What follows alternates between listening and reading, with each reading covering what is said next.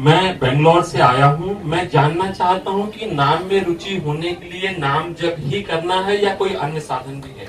हाँ, उसमें अन्य उसकी उत्साह वर्धन के लिए सबसे प्रधान साधन है सत्संग। साधन को हरि भजन है, कै सत्संग सहाय।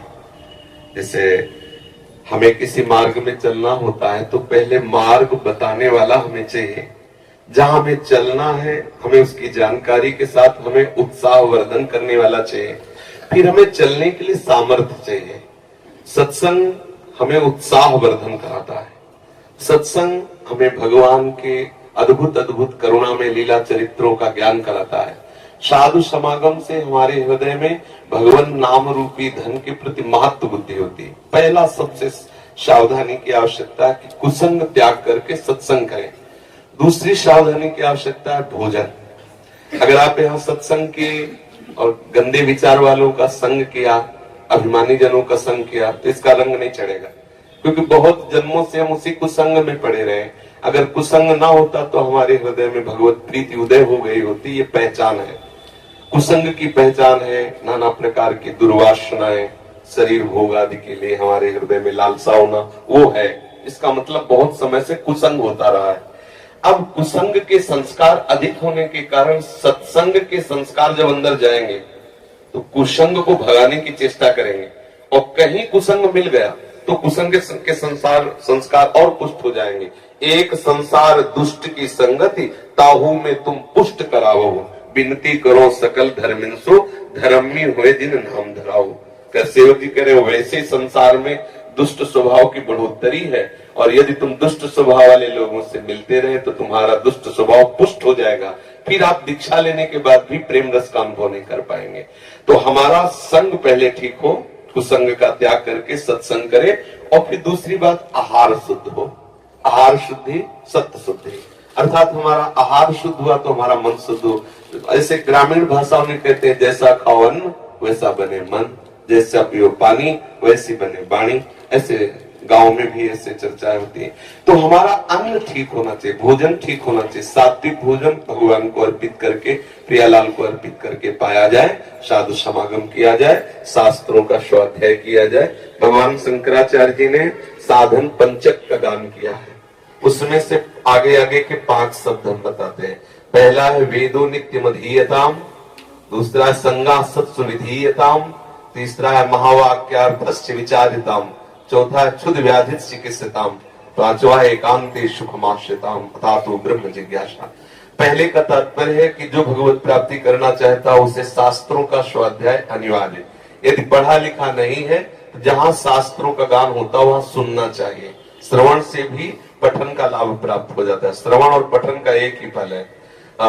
सेवक हरिवंश महाप्रभु ने कहा श्रवण सुनत प्रापक रति राधा पद अम्बुज सुकुमार। यदि हम प्रियालाल की चर्चा सुनते रहे, वाणी सुनते रहे, तो हमें प्रियालाल के चरणों में प्रेम हो जाए। वेदो नित्य मधीयताम, शास्त्रों का हम नित्य स्वाध्याय करें या श्रवण करें।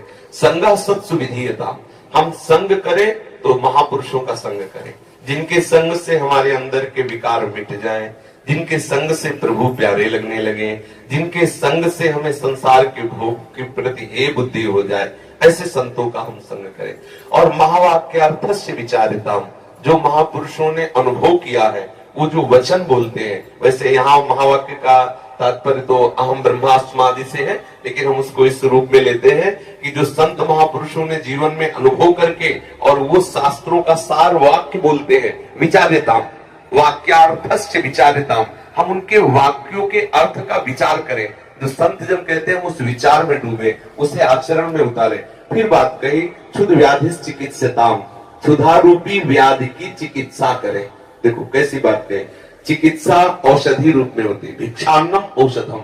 यदि वैरागी है तो भिक्षा का अन्न, और गृहस्थी है तो सत धर्म से कमाए हुए धन के द्वारा भगवद अर्पित करके अतिथि साधु सेवा करके फिर अपने उदर का पोषण करें। फिर एकांत सुखमास्यताम, अपनी दिनचर्या में कुछ ऐसा समय होना चाहिए एकांत में बैठ करके हम अपने आराध्य देव का बिल्कुल व्यवस्थित चित्त होकर के चिंतन करें। व्यग्र चित्त होकर नहीं, शांत चित्त होकर प्रभु का चिंतन, ऐसी दिनचर्या होनी चाहिए। अगर ऐसी दिनचर्या है तो नाम में रुचि हो जाएगी। खान पान ठीक हो, संग ठीक हो, विचार ठीक हो, आचरण ठीक हो, तो रोज नाम में उत्साह बढ़ता चला जाएगा। अब एक मटकी में चाहे जितना पानी भरो, थोड़ा सा छेद कर दो तो भरेगी नहीं, खाली होती चली जाएगी। ऐसे ही अगर थोड़े से गंदे आचरण, थोड़ा सा असाधन, तो हम नाम जब करते हो भरता नहीं है नाम का भाव, वो धीरे धीरे निकलता रहता है। बहुत समय व्यतीत हो जाता है, फिर हमें अश्रद्धा होने लगती है कि यार नाम जपने से कुछ लाभ तो मिला नहीं, अभी वही विकार बने हैं, अभी वही वासना है। सुनते थे नाम में आनंद मिलता है, लेकिन आनंद तो मिला नहीं। नाम आनंद में है, पर उसके साथ जो हमें परहेज करना है वो हम कर जाए तो बहुत जल्दी लाभ प्राप्त हो जाएगा। धीरे धीरे धीरे धीरे नाम का प्रभाव ऐसा चढ़ेगा कि जिह्वा को कुछ अच्छा ही नहीं लगेगा। ये जो सप्तदश आदि व्यंजन है बिल्कुल अच्छा नहीं लगेगा। देखो, जिसको सांप काटता है ना गाँव में, उसे नीम की पत्ती खवाई जाती है पहचान करने के लिए जहर चढ़ गया कि नहीं। पूछा जाता है कैसा लगा, उसने कहा कड़वी, तो बोले सांप जहरीला नहीं था क्योंकि जहर नहीं चढ़ा। और अगर उसने बोला कि नीम की पत्ती मीठी, तो बोले बस सांप का जहर चढ़ गया। संसार कैसा दुखालयम, बोले नहीं मुझे सुखमय लग रहा है, बोले जहर चढ़ गया। ये काल रूपी सर्प का जहर चढ़ गया, क्योंकि विषय मुझे जो दुख देने वाले वो सुखमय लग रहे हैं। अब झाड़ने फूकने वाले अपना मंत्र शुरू कर देते हैं। संत महात्मा है झाड़ने फूकने वाले, उपदेश दे के मंत्र दे करके उसके विष को उतारते हैं, और जब तक वो विष नहीं उतरता तब तक उसे नीम मीठी लगती है। जब तक तुम्हें संसार के भोग अच्छे लग रहे हैं, तो समझ लो अभी जहर उतर नहीं रहा है।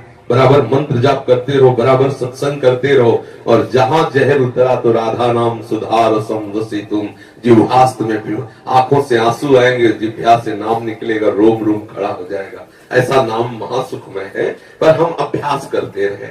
जिन संतों को स्वाद मिला नाच नाच करके जगत को पावन कर दिया, हरि यश गा करके। इसलिए नाम जापक को चाहिए कि भोजन और संग दो पर दृष्टि रखे। भले उपवास करना पड़े, अशुद्ध अपवित्र जिसे हम जानते नहीं, जिसके चरित्र को हम नहीं जानते, उसके हाथ का ना पाए। पता नहीं कौन से आचरण करके कैसा लाया है भोजन, वो हमारी बुद्धि को कैसा प्रभावित कर दे। ये अगर दो बात ध्यान नहीं, संग और भोजन, तो हमारा भजन बढ़ता चला जाएगा।